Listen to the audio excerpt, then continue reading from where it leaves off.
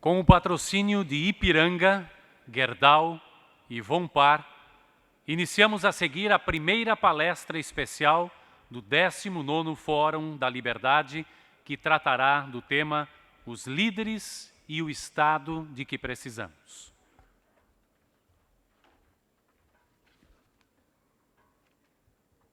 Compõem a mesa principal o senhor Douglas North, palestrante convidado, e a senhora Ana Amélia Lemos, mediadora do 19º Fórum da Liberdade. Inicialmente, o senhor Paulo Wibel, vice-presidente do Instituto de Estudos Empresariais, fará uma breve apresentação do tema proposto para esta palestra, bem como apresentará o nosso palestrante.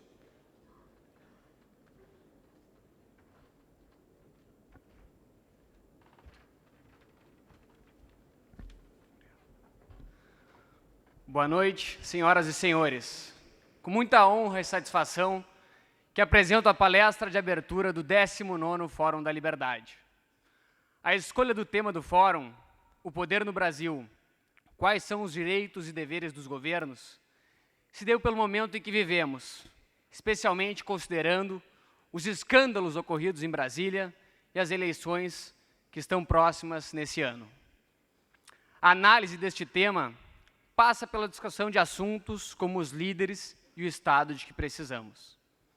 E, finalmente, após muitos anos tentando, finalmente poderemos contar com a ilustre presença do professor Douglas North.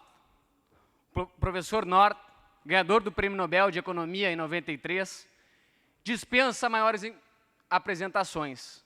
Entretanto, eu gostaria de ressaltar seus fantásticos trabalhos sobre propriedade privada, instituições e, sem dúvida nenhuma, também sobre o custo de transação. O nosso palestrante enfocará o tema sobre o aspecto do Estado natural e o porquê as efetivas reformas econômicas são tão difíceis. Sem dúvida, suas contribuições serão extremamente importantes para o nosso debate, para enriquecer o conteúdo das pessoas aqui presentes e para gerar ainda mais um aspecto crítico, fundamental para nós, nesse ano tão importante. Sem dúvida, ouviremos atentamente as suas considerações. Professor, agradeço mais uma vez sua presença e a oportunidade de ouvi-lo. Muito obrigado.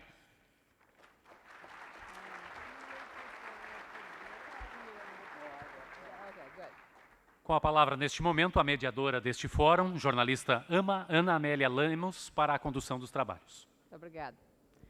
Boa noite, senhoras e senhores. Antes de passarmos a palavra ao nosso palestrante, o professor Douglas North, ele disporá de 30 minutos para a sua palestra e depois nós teremos um debate de mais 30 minutos. Os interessados em fazer perguntas ao nosso ilustre palestrante poderão encaminhar através das recepcionistas que passarão à mesa e faremos esse debate.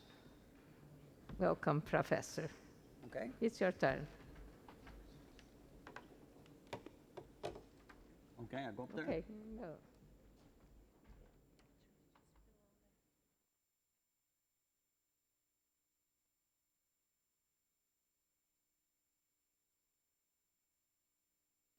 Thank you very much.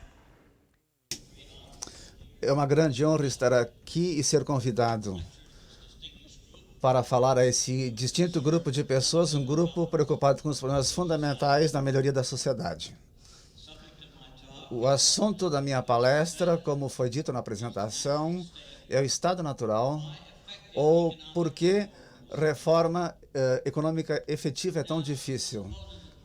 Bem, isso coloca um problema, e é um problema que é central, com o qual todos vocês estão diretamente preocupados. Trata-se de um enigma, porque nós sabemos o que cria economias de alta renda. Nós sabemos que essa alta renda vem da produtividade. Nós conhecemos as fontes da produtividade. Nós sabemos que elas vêm do investimento e no capital humano e físico, vem da melhoria da tecnologia, do aumento do conhecimento. Nós até sabemos o tipo de instituições que são subjacentes a esse tipo de estrutura, especificamente direitos de propriedade bem definidos e respeitados, o Estado de Direito e medidas eficazes e meios eficazes para fazer cumprir os contratos através do sistema judiciário. O que está faltando? Porque a maior parte do mundo ainda é pobre. Porque nós temos mais de 1 bilhão de pessoas vivendo com menos de $1 por dia. Algo fundamental está faltando e eu espero elucidar exatamente o que é que está faltando. Bem, isto obviamente é uma questão que é importante para todos vocês, não só porque essa é uma preocupação central que os oradores já mencionaram esta noite, mas também porque ele é o caminho para o sucesso se nós pudermos descobrir exatamente o que temos que fazer. Bem, o que está errado com as teorias existentes? As teorias que nós temos na economia vêm do que nós economistas chamamos de teoria econômica neoclássica. Mas as teorias não foram projetadas, não visavam tentar entender o desenvolvimento econômico. Na verdade, o que elas pressupunham, a partir do seu legado, a sua herança na Inglaterra e na Europa Ocidental, eram economias bem desenvolvidas com direitos de propriedade eficientes, com custos de transação zeros. O que elas se perguntavam era que tipo de mudança incremental tornaria o sistema a trabalhar de uma forma um pouco mais eficiente. Mas não, isso não é o problema de vocês, ou isso não é o nosso problema aqui. O nosso problema aqui é como é que obter o desenvolvimento econômico para início de conversa? Como é que podemos ter, após 300 ou 400 anos, nós ainda temos uma parte tão grande do mundo vivendo na pobreza, na degradação e até no desespero? Bem, eu gostaria de propor que a teoria que nós tivemos está completamente errada. Ela está errada porque ela não abordou os tipos de problemas com os quais nós temos que nos preocupar. Ela precisa ser construída, por isso, com base de alguns preceitos fundamentais subjacentes à economia. Vou gastar alguns minutos falando sobre os pontos fundamentos que são subjacentes a qualquer teoria que nos permitirá compreender a condição humana. O primeiro é algo que distingue as ciências físicas, como a química e a física, das ciências sociais, que são a economia, a ciência política e a sociologia, que é o nosso assunto. As ciências físicas ou naturais, quando querem resolver um problema, elas podem voltar à unidade fundamental que está subjacente àquele problema, seja elementos, genes, e construir uma teoria e uma explicação com base nisso. Qual será a nossa base da nossa compreensão do mundo? Não é nada físico, absolutamente. O mundo no qual nós vivemos é um mundo que está todo dentro da nossa cabeça. E, na verdade, a economia que nós dizemos é uma teoria de opção, de escolhas. Como é que as pessoas fazem escolhas, opções? Tudo que vocês sabem sobre o mundo, eu quero enfatizar isso, é o que vocês obtêm através dos sentidos. Os sensos, os olhos, os ouvidos, isso passa para o seu cérebro, então vocês interpretam dentro do seu cérebro uma construção do mundo que vocês têm. A razão pela qual isso é importante é que isso significa que as ciências sociais, as ciências humanas, são muito subjetivas. Elas são uma função da maneira como a mente humana interpreta o ambiente externo. Se vocês não acham que isso é importante, então permitam-me enfatizar que a diferença entre o mundo do fundamentalismo muçulmano, que produziu o 11 de setembro, e o mundo ocidental é uma diferença que é uma função da maneira como pessoas diferentes interpretam o mundo externo e agem com base nessas crenças. Então, o que nós temos que fazer é começar, portanto, nos perguntando que tipo de fundações básicas nós podemos construir que vão nos permitir entender esse mundo. Vou começar falando sobre como o cérebro e a mente entendem o mundo externo. Não vou gastar muito tempo falando disso, mas é subjacente a tudo aquilo sobre o qual eu vou falar. Primeiramente, ao construir um referencial, nós voltamos aos aspectos fundamentais, às concepções de Adam Smith. A especialização e a divisão do trabalho é a fonte da riqueza das nações. Ninguém melhorou ainda essa teoria, com exceção de um pequeno ponto adicional. O que Adam Smith queria dizer não era, a especialização e a divisão de trabalho em si, mas sim o que isso produz, a saber, o crescimento do conhecimento que os seres humanos, quanto mais nós nos especializarmos, quanto mais aumentarmos o conhecimento em campos especializados, e é com base nesse conhecimento que nós nos tornamos mais produtivos e eficientes. Portanto, o início da vida inteligente é ver como nós podemos desenvolver a especialização, a divisão do trabalho e aumentar o conhecimento e usá-lo. Esse último ponto é crucial. A segunda coisa que é fundamental é algo que nós herdamos de nossos predecessores genéticos, que é os seres humanos que nós convivávamos no ambiente do clã ou da tribo ou nas gerações que nos precederam há 20 ou 30 mil anos atrás. Isso estava baseado na confiança só nas pessoas com as quais você estava estreitamente relacionado, a família ou o clã, ou no contexto maior, a tribo. E muito cuidadosamente, a gente não confiava nas pessoas que você não conhecia muito bem. De modo que a base, realmente, da maior parte das interações humanas que está codificado geneticamente dentro de nós. Isso faz parte do nosso cérebro, é o intercâmbio pessoal, a interação pessoal. Ou seja, nós dependemos de pessoas que nós conhecemos e nas quais nós confiamos. Bem, a interação pessoal permite a você, eu vou introduzir o termo, nós temos um custo muito baixo de transação quando interagimos num nível pessoal. Obviamente, nós confiamos nas pessoas com as quais nós temos relações recíprocas, de modo que nós sabemos que nós podemos confiar nessas pessoas porque elas vão depender de nós em transações futuras. Mas o mundo que nós temos que criar para fazer uso da especialização e da divisão do trabalho de Adam Smith, se nós vamos querer realizar esse potencial, terá que ser um mundo em que você vai ter mercados gigantescos, onde você não conhece as pessoas com as quais você está lidando, onde você tem que confiar em pessoas que você não conhece, sobre as quais você não sabe nada. Isso exige que nós criemos um mundo que seja artificial, um mundo que não é comum e natural aos seres humanos. Ou seja, é um mundo de intercâmbios, de interações impessoais. É um mundo de interações impessoais que é crucial se nós vamos construir o tipo de mundo sobre o qual estamos falando hoje.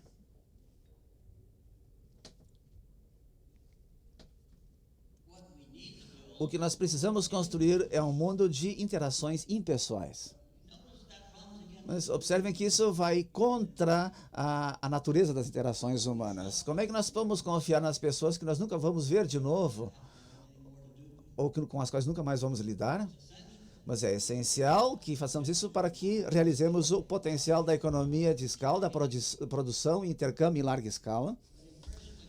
Mas a interação impessoal exige que as coisas sobre as quais eu falei, exige o Estado de Direito, isso exige um sistema de intercâmbio tanto nos mercados políticos quanto nos mercados econômicos, que nos permita lidar com as pessoas em custos de transação baixos, um custo baixo nas interações humanas. Isto em relações cada vez mais complexas.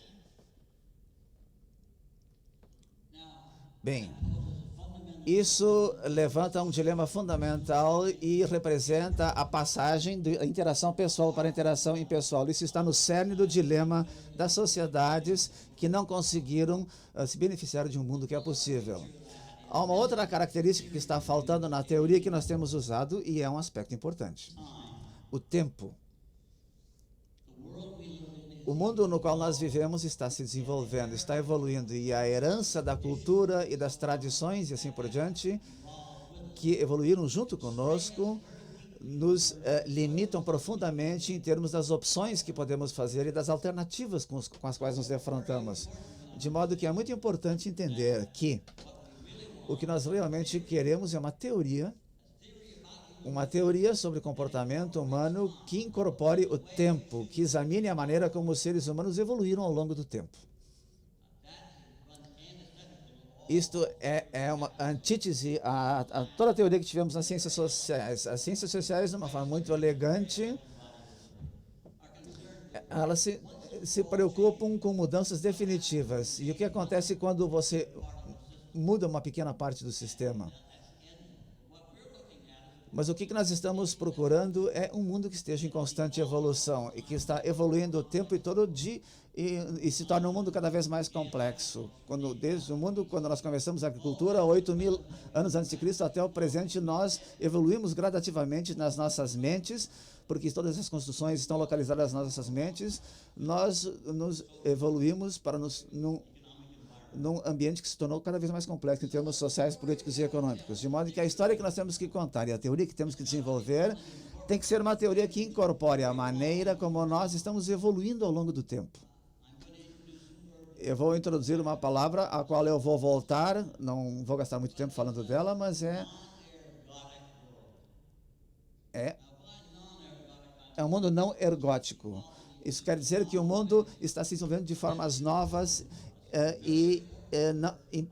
para as quais não há precedentes. E isso é muito importante para a solução dos problemas com os quais estamos preocupados. Porque o que funcionou no passado não é necessariamente o que vai funcionar no futuro.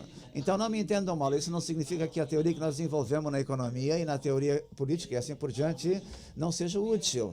Mas nós temos que ser terrivelmente cuidadosos para que a maneira como o mundo está mudando tornem essa teoria aplicável aos problemas com os quais nos defrontamos. Por isso, nós temos uma história muito mais complexa e problemas muito mais complexos para resolver do que as teorias tradicionais. Essa teoria tem que incorporar o tempo, ela tem que estar preocupada com o grau em que estamos criando mundos novos, que não tem paralelo com o passado, de modo que nós temos que nos preocupar que a teoria que nós desenvolvemos no passado ainda seja aplicável no presente e no futuro. Bom, voltando. O que tende a evoluir naturalmente, tão naturalmente que dominou as economias políticas e a política do mundo, desde que começamos com a agricultura em 8.000 AC, é algo que eu e vários colegas, e juntos estamos escrevendo um livro sobre isso, chamamos o estado natural. O estado natural é natural, porque tende a caracterizar o comportamento das pessoas à medida que interagem em ambientes cada vez mais complexos política e economicamente. Em termos simples e diretos, o estado natural é aquele que grupos de interesse econômico apoiam os grupos políticos. Em troca disso, os grupos políticos protegem-nos da concorrência. Eu vou repetir. Na sua forma pura, é o cerne do que ocorre em todo o mundo, incluindo o Brasil. O estado natural é natural porque no alto interesse dos participantes tem uns que apoiam o grupo político que vão protegê-los da concorrência. Ninguém gosta de concorrência. Nós, economistas, dizemos que gostamos de concorrência. A gente gosta que os outros tenham, mas não é para conosco ninguém, é para competir. E por que não? Porque, obviamente, é um mundo inseguro. O mundo é competitivo no sentido real de competitivo. Eu vou falar disso daqui a pouco. É um mundo em que nenhum monopólio é permanente, em que a probabilidade que será um participante dominante, mas será ameaçado amanhã por outros grupos que entram e fazem de maneira melhor que você. É isso que a gente quer dizer quando fala de concorrência real. Esse tipo de concorrência é o que Joseph Schumpeter falava, mas não é a concorrência da teoria econômica tradicional. Lá a pura competição não existe porque havia diferenças significativas, mas o que Schumpeter descreveu como uma visão era um mundo em que tinha destruição criativa contínua, em que as pessoas criam mais de maneira imaginativa e produtiva e tem monopólios temporários, mas como todos teriam acesso, as pessoas iam competir entre si e surgiriam outros e produziriam algo ainda maior. Então teria destruição criativa do participante mais importante. A visão de Schumpeter é a que gostaríamos de entender, porque é a visão que captura o potencial do mundo que temos, o que vou chamar a sociedade de acesso aberto. Essa sociedade de acesso aberto só pode existir se há concorrência econômica eficaz. Com essa concorrência eficaz, sempre está encorajando novas ideias, novas crenças, novas tecnologias, novo conhecimento que vai resolver novos problemas. Mas exige que também se tenha concorrência eficaz no mercado político, porque não pode ter a longo prazo, a curto prazo pode ter, e talvez eu possa falar sobre a China para ilustrá-lo, mas a longo prazo, para ter uma sociedade de acesso aberto, exige-se, é necessário não apenas ter mercados eficazmente competitivos, mas que tenham mercados políticos competitivos, e só com essa interação vai ter certeza que, ao longo do tempo, terá capacidade de gerar o potencial que criamos com o nosso arsenal de conhecimento há milhares de anos, mas especialmente nos últimos 300 a 400 anos. O estado natural, portanto, é natural porque não é no interesse dos jogadores individuais, dos atores individuais, seja os políticos, seja o pessoal da agricultura, da mineração, da indústria, de qualquer área. Não é do seu interesse produzir esse Estado. No seu interesse é colaborar com o grupo político e, conjuntamente, restringir a concorrência. Então, eles querem ter acesso, mesmo que não são muito competitivos, evitando o crescimento de atividades econômicas competitivas. O resultado é que o estado natural é natural. É o que criaríamos se colocássemos todo mundo numa ilha e começar tudo de novo. Então, dá um dilema fundamental de como é que nós criaremos as sociedades de acesso aberto. Em poucas, Europa, Estados Unidos, Japão, alguns estados que pareciam chegar lá, que nem a Coreia do Sul e Taiwan, e outros que estão a meio caminho. Mas o estado natural é uma coisa tão poderosa que mesmo quando a gente elimina um grupo de interesses, eles vão repetir tudo de novo. Começam do início. Aqui tem um dilema fundamental, e o dilema é que será diferente para cada sociedade. Eu vou falar mais sobre isso mas vamos falar as características da sociedade de acesso aberto e voltamos aos problemas da transição e por que transição é tão difícil de atingir. As características essenciais dessa é o mundo schumpeteriano, que é reforçado por mercados políticos também abertos, totalmente abertos. Assim que não há monopólio em mercados políticos nem em mercados econômicos. E os mercados políticos e econômicos são complementares entre si, aumentando a produtividade, aumentando o arsenal de conhecimentos para resolver os problemas do desenvolvimento econômico. Bem, se perguntarem como é que países, digamos Estados Unidos, perpetuaram uma sociedade de acesso aberto há centenas de anos. Claro, sempre está a risco, mas fizemos isto. E Hayek, um dos grandes economistas, falou, esse é o background que eu falei, e ele dizia, tem que ter algo, ele não usou esse termo, tem que ter eficiência adaptativa no mercado político. E por eficiência adaptativa, o que eu quero dizer é que cria uma série de instituições, é como um jogo.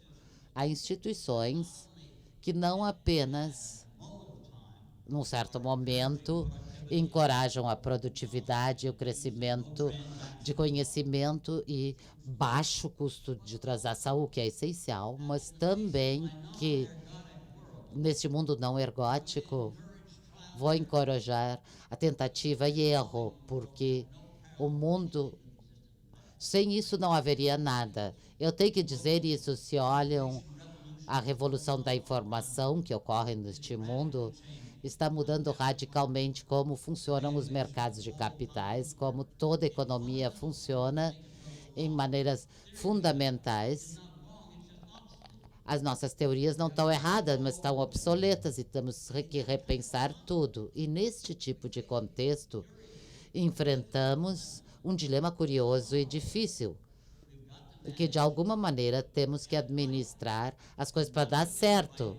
E não vamos acertar se o futuro for muito diferente do passado e, portanto, não temos uma experiência sobre a qual construir, usando o passado como base para o futuro.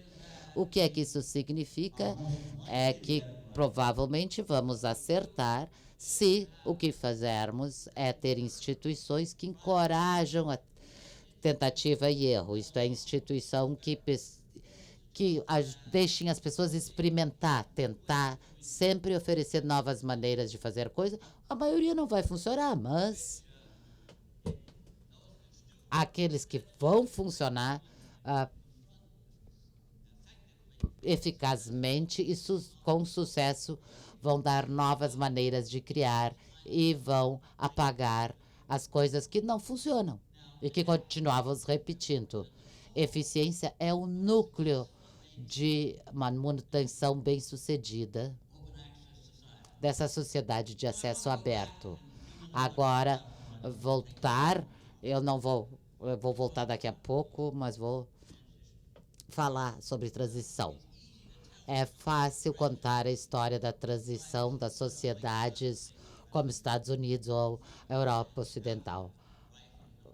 Vários economistas e historiadores econômicos escreveram muito sobre a evolução histórica sequencial. Vários passos que foram dados e que passou da troca pessoal, mercados pessoais para troca impessoal e mercados eficazes de alta renda. Mas a história é longa, lembrem. No mundo ocidental levou uns 500 anos, começando no século XII e XIII, quando começamos a ter comércio à distância, como confiar em pessoas que a gente não conhecia e gradualmente começou a ter um sistema judiciário para monitorar a interação humana. Mas, como eu disse, olhamos o mundo ocidental de 1200 a 1800 e vão ver na reforma e no desenvolvimento do conhecimento, gradualmente, há uma evolução desse processo. Mas depois vocês se perguntam, bem, posso contar uma história histórica longa, isso deveria interessar a vocês? Você quer saber como sair do estado natural agora? No aqui e agora, não temos uma boa resposta e um dos motivos está evidente do que eu disse antes. Para cada sociedade que tem uma herança cultural diferente, uma história diferente.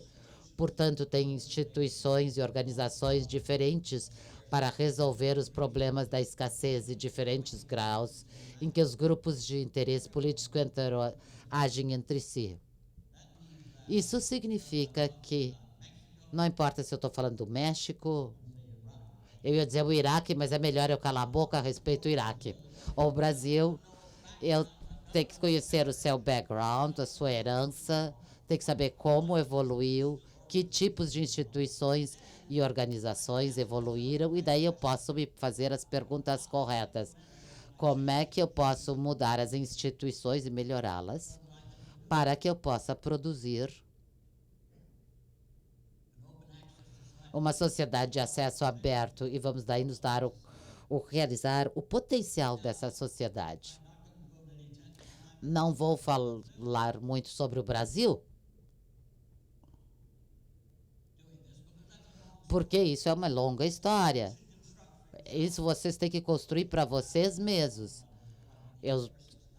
Eu já vim para o Brasil em 1961 para dar conferências. É um país que eu adoro, eu acho que eu adoro o povo. Eu acho que eu não gosto tanto das instituições, mas eu gosto das pessoas. Porque que vocês têm um enorme potencial. Tem possibilidades enormes para serem mais criativos, para se darem conta do seu potencial e colocá-lo na prática. Tem mercados políticos que não funcionam bem, mercados econômicos que são ineficazes e ineficientes. Mas quero enfatizar de novo, não há nenhuma única descrição que será aplicável a todos. Em geral, o que querem? Querem criar o Estado de Direito. E só quero concluir ilustrando como isso é difícil, e vou falar da China.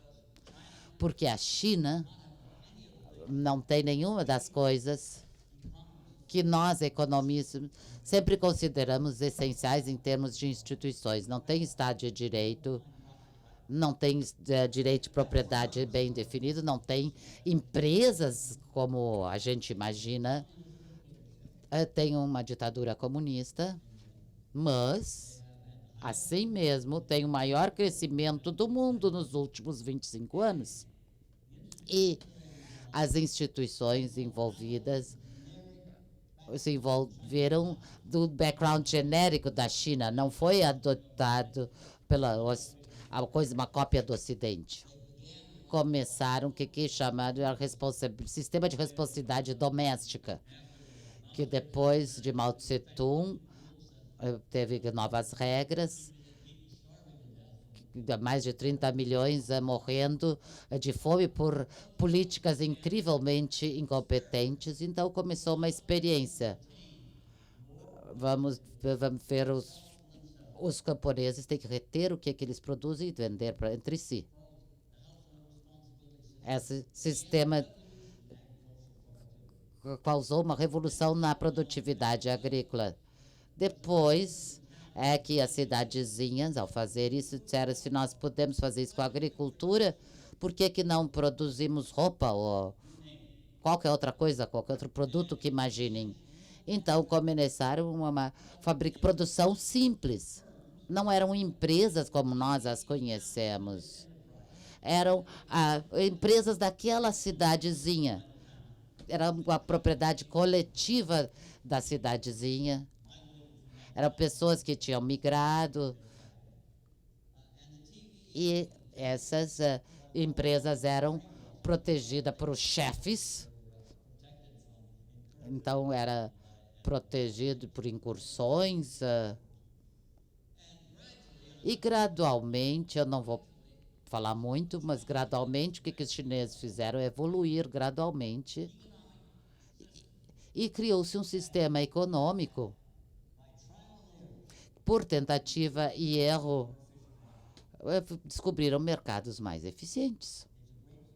É uma grande história de sucesso. Mas só estão na metade do caminho. Eles ainda têm uma ditadura comunista e, até agora, essa ditadura política acha que é interessante promover o crescimento econômico. Desde que tem esse tipo de ditadura, sempre tem o potencial que os interesses econômicos influenciam que tenham monopólios, como em todo mundo. Então, só estão lá a meio caminho. Se terão sucesso ou não é algo interessante. Eu volto à China quase todo verão e eu sempre sou confrontado por novos problemas que os líderes políticos lá me contam, e sempre novos problemas. E até agora fizeram muitos erros, mas estão trabalhando bastante bem para tentar acertar. Será que vão continuar? É uma pergunta em aberto. Quero encerrar, porque eu não vou dar uma panaceia para vocês, mas quero encorajá-los E essa forma correta de dizer, então desenvolvam para vocês a seguinte coisa, onde é que está a força, onde podem reduzir o curso de transação para o mercado ser mais eficiente, como ter mercados políticos mais eficientes para ter menos busca de vantagens e grupos ineficientes, econômicos ou políticos. Isso será uma história individual, será diferente aqui do que em Botsuana ou qualquer outro país. Tem que ser história de vocês, vocês têm que criá-la para vocês, e eu desejo-lhes boa sorte ao escrever essa sua história.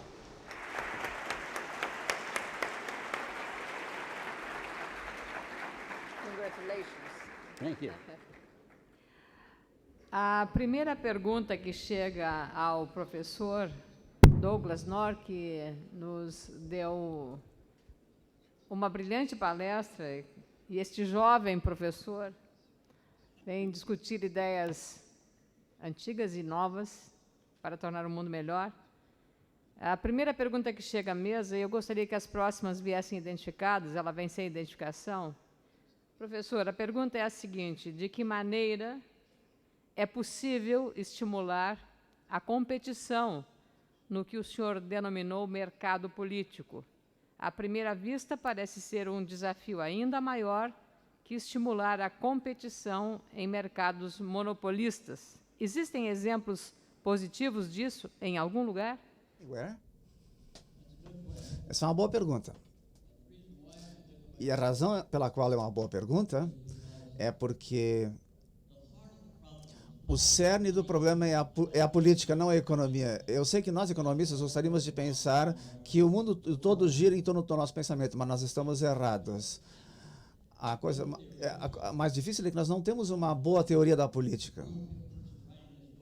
Uma das pessoas que está escrevendo esse livro, no qual eu estou colaborando, se chama Barry Weingarten, é um professor de política e ciência em Stanford, e ele e eu elaboramos uma teoria da política que vai nos permitir compreender por que os sistemas políticos funcionam do jeito como funcionam, por que eles atraem enormemente a busca de vantagens e colaboram com grupos de interesse econômico para produzir a busca de vantagem que produz a ineficiência que eu observo, que acontece também em toda parte no Brasil. Mas isso você tem que descobrir por si mesmos.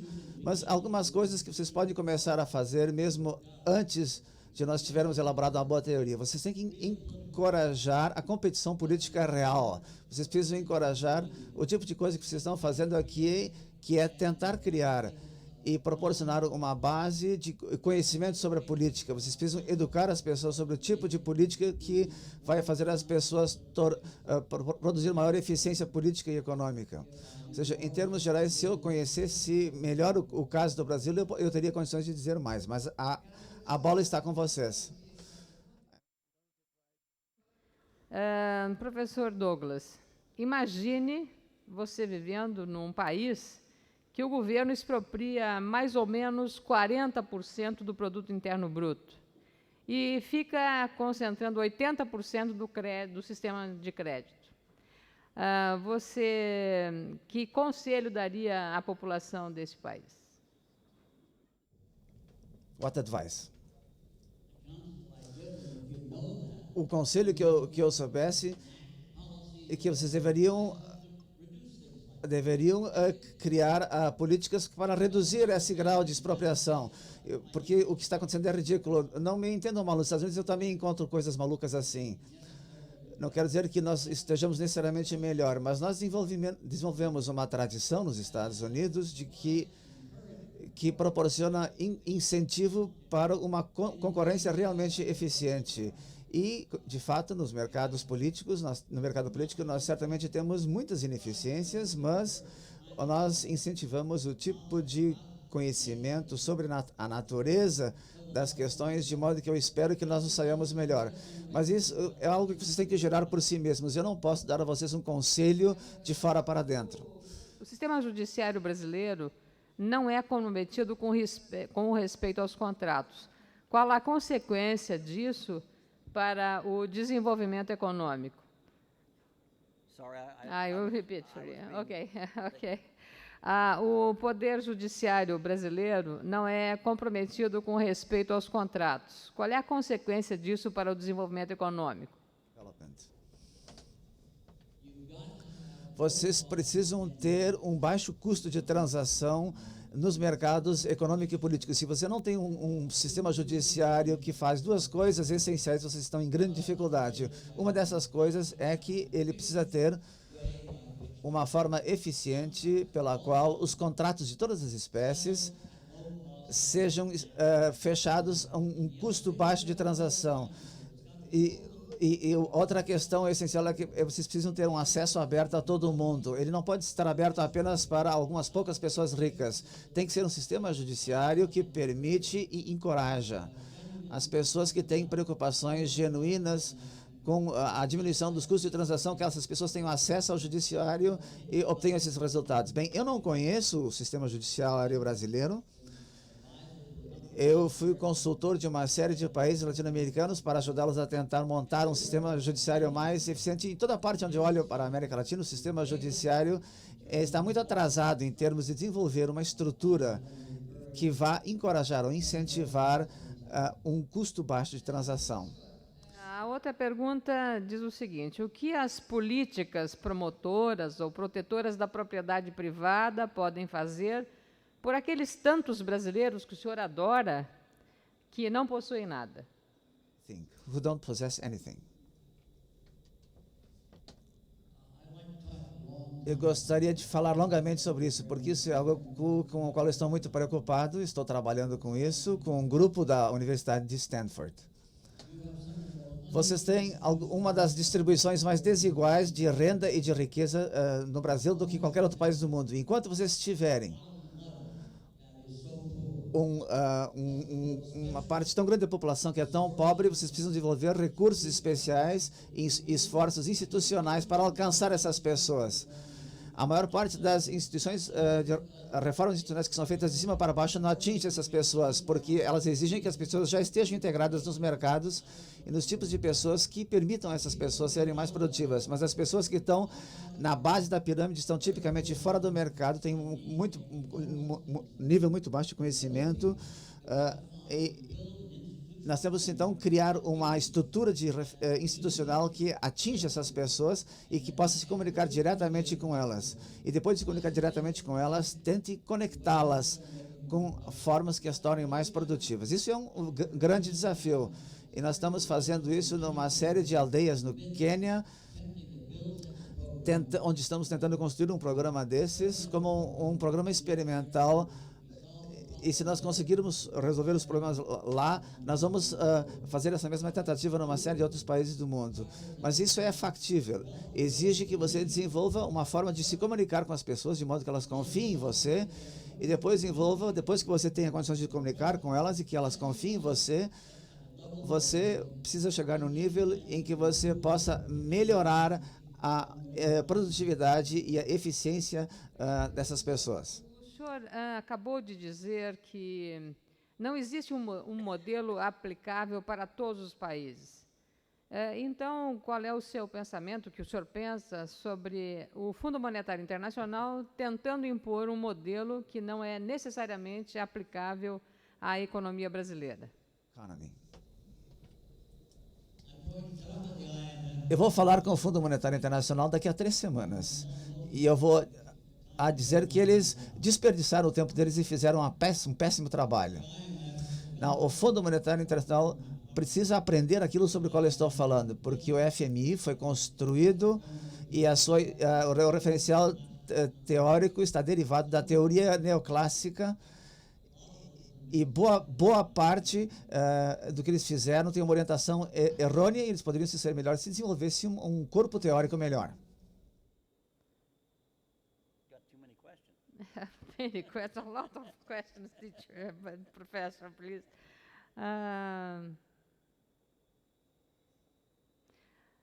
Como é que pode haver um acesso ao mercado americano numa sociedade com indústrias subsidiadas e, como exemplo, os subsídios aos fazendeiros ou à produção agrícola americana?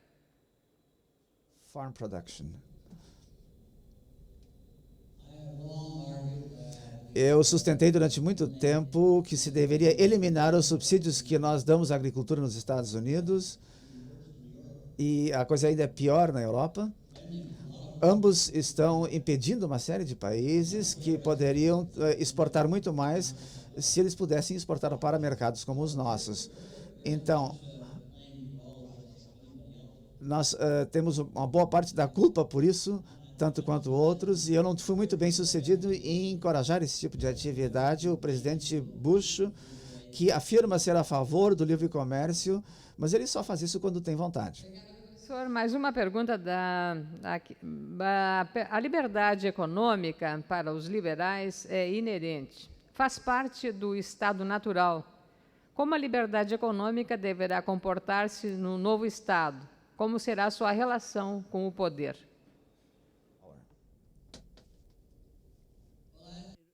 Bem, uma boa resposta levaria um tempão. Então, vou dar uma resposta assim meio relaxada. O que gostaria de criar é um sistema político no qual tem um Estado que é suficientemente forte para dar segurança e paz.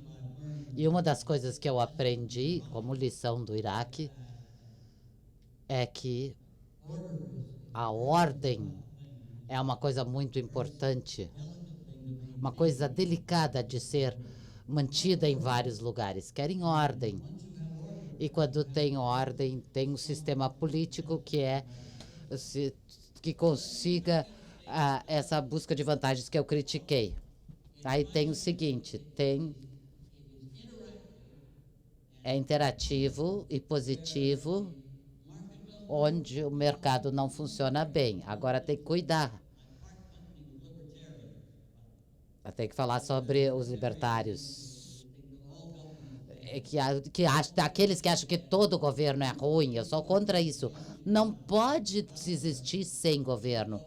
Tem que ter um governo e fazer com que ele faça o que nós queremos que ele tem que fazer.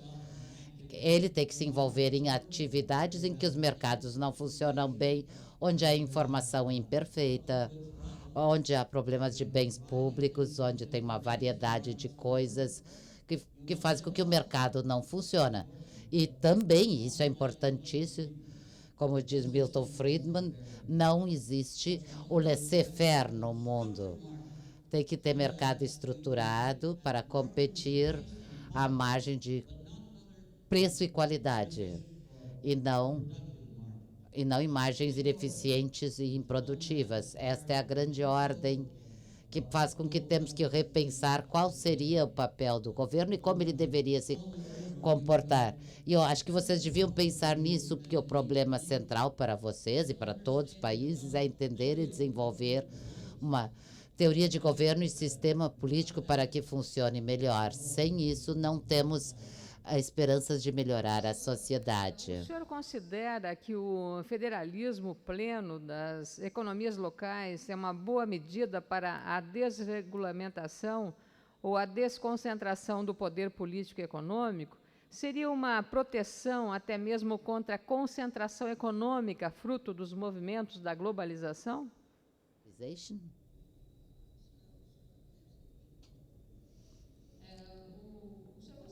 Do you think federalism of local economies is a good way to decrease the rules of deregulation of political and economic? Barry Weingast escreveu muito e argumentou, eu nem necessariamente concordo, que o federalismo é uma condição necessária para melhorar a eficiência dos sistemas políticos. Bem, se temos uma condição limitada, a natureza do federalismo significa que os sistemas políticos competem entre si para melhorar a vida deles. É igual a competição nos mercados econômicos. Se tem um federalismo que faz isso, vai encorajar um sistema político mais produtivo. Se tem um federalismo que permite simplesmente tirar vantagens a nível locais, é uma coisa ruim.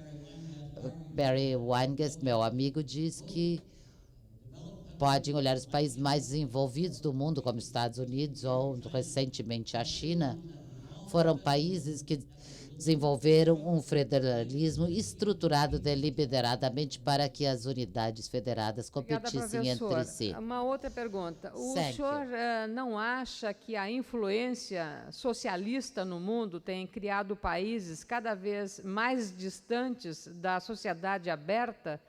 O senhor acredita na social-democracia?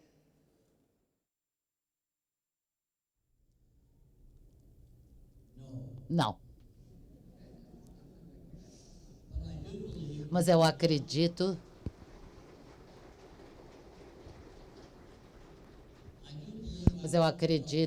que eu quero um governo que tenha um papel positivo e participe sempre que haja grupos desfavorecidos que não podem se proteger no sistema de mercado. E isto é um problema crescente no mundo.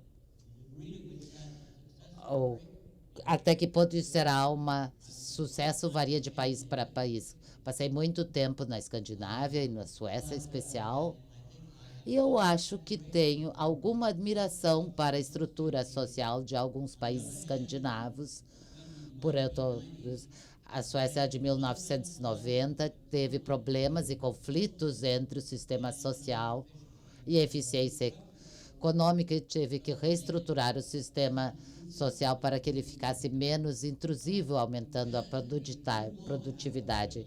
Precisa-se de um sistema político que dê apoio aos grupos desfavorecidos que o mercado não sabe lidar isso, mas se o mercado pode fazer as coisas, a gente não quer o governo, mas tem coisas que o mercado não faz, e aí o governo tem que entrar. Outra pergunta, como alcançar as pessoas das classes mais baixas sem recorrer a medidas populistas, como ocorre no Brasil hoje em dia?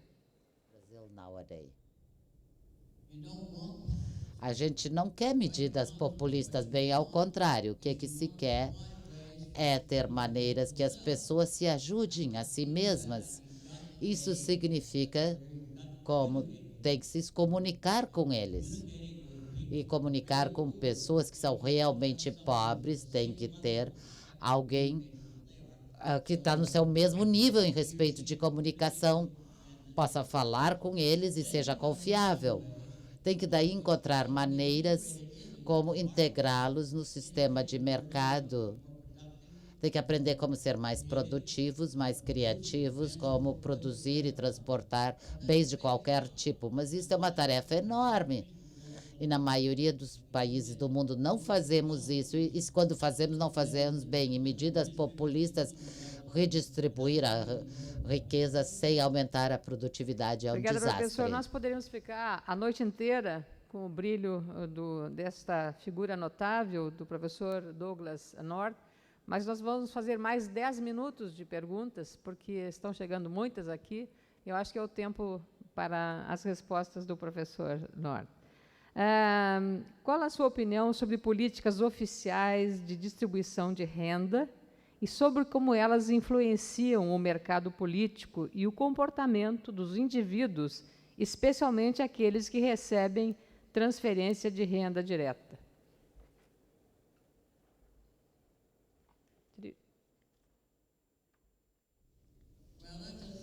Bem, de novo, isto não permite uma resposta curta. Naturalmente, algum tipo de redistribuição de renda pode valer a pena, especialmente quando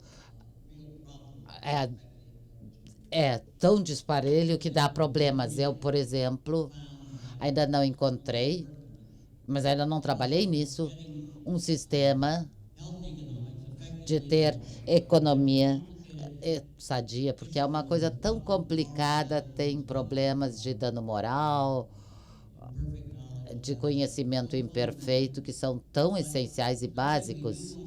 Mas teremos ter um sistema, nesse tipo de caso, em que tenha proteção mínima para todos ao mesmo tempo, um sistema de mercado no qual possa funcionar. E até agora ninguém apresentou uma política geral que integre todas essas coisas, embora haja pesquisas interessantes em andamento.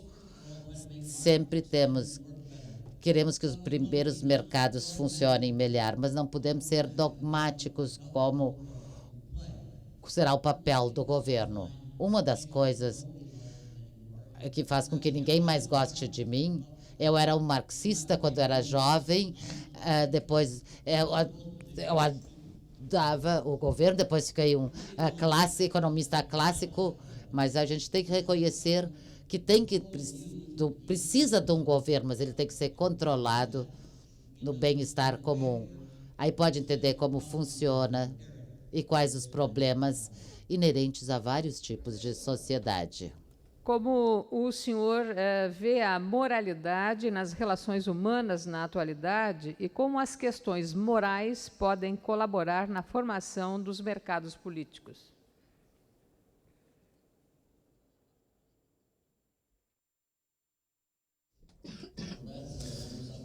Bem, isso é outro assunto para o qual teríamos que tomar algumas horas, porque, obviamente, a herança cultural, as instituições informais que envolvem na sociedade, não as formais como as leis, e sim as instituições informais que se desenvolvem numa sociedade, estão profundamente impregnadas de visões morais e valores. E elas deveriam ser assim, para que tenhamos uma sociedade que seja justa, que tente lidar decentemente com todos os tipos de grupos, e por isso padrões morais e éticos são terrivelmente importantes e deveriam estar incorporados nas formas informais que influenciam a forma como nós estruturamos as coisas. O que nós fazemos num ambiente institucional adequado é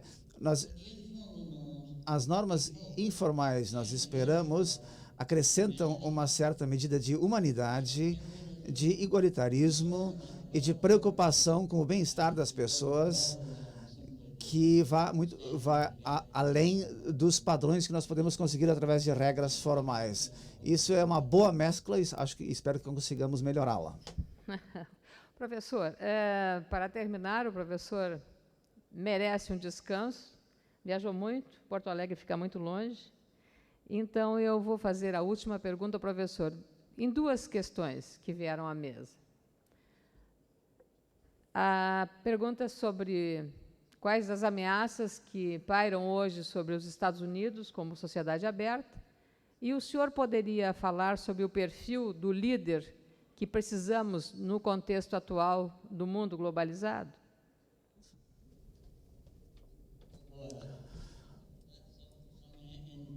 Bom, isso é uma pergunta e tanto. Eu acho que essa é uma das coisas com as quais estou bastante preocupado, é que não há garantia de que uma sociedade de acesso aberto não possa retroceder e voltar ao estado natural. Acho que sempre há o perigo e a ameaça de que isso vá acontecer. Eu vejo isso a cada dia nos Estados Unidos atualmente, estou profundamente preocupado com isso. Então, eu acho que é algo que representa um problema real. Eu não vou ocultar que eu não sou um fã exatamente do Sr. Bush e do tipo de política econômica e política que ele tem perseguido, seja em nível internacional ou em nível nacional, porque eu acho que boa parte do que ele tem feito nos encorajou a voltar a retroceder ao estado natural e a nos distanciar do tipo de desenvolvimento de uma sociedade de acesso aberto que nós estamos realmente tentando atingir. Thank you, Mr. Douglas North. We learn a lot tonight. Obrigada, professor Douglas, pela palestra maravilhosa.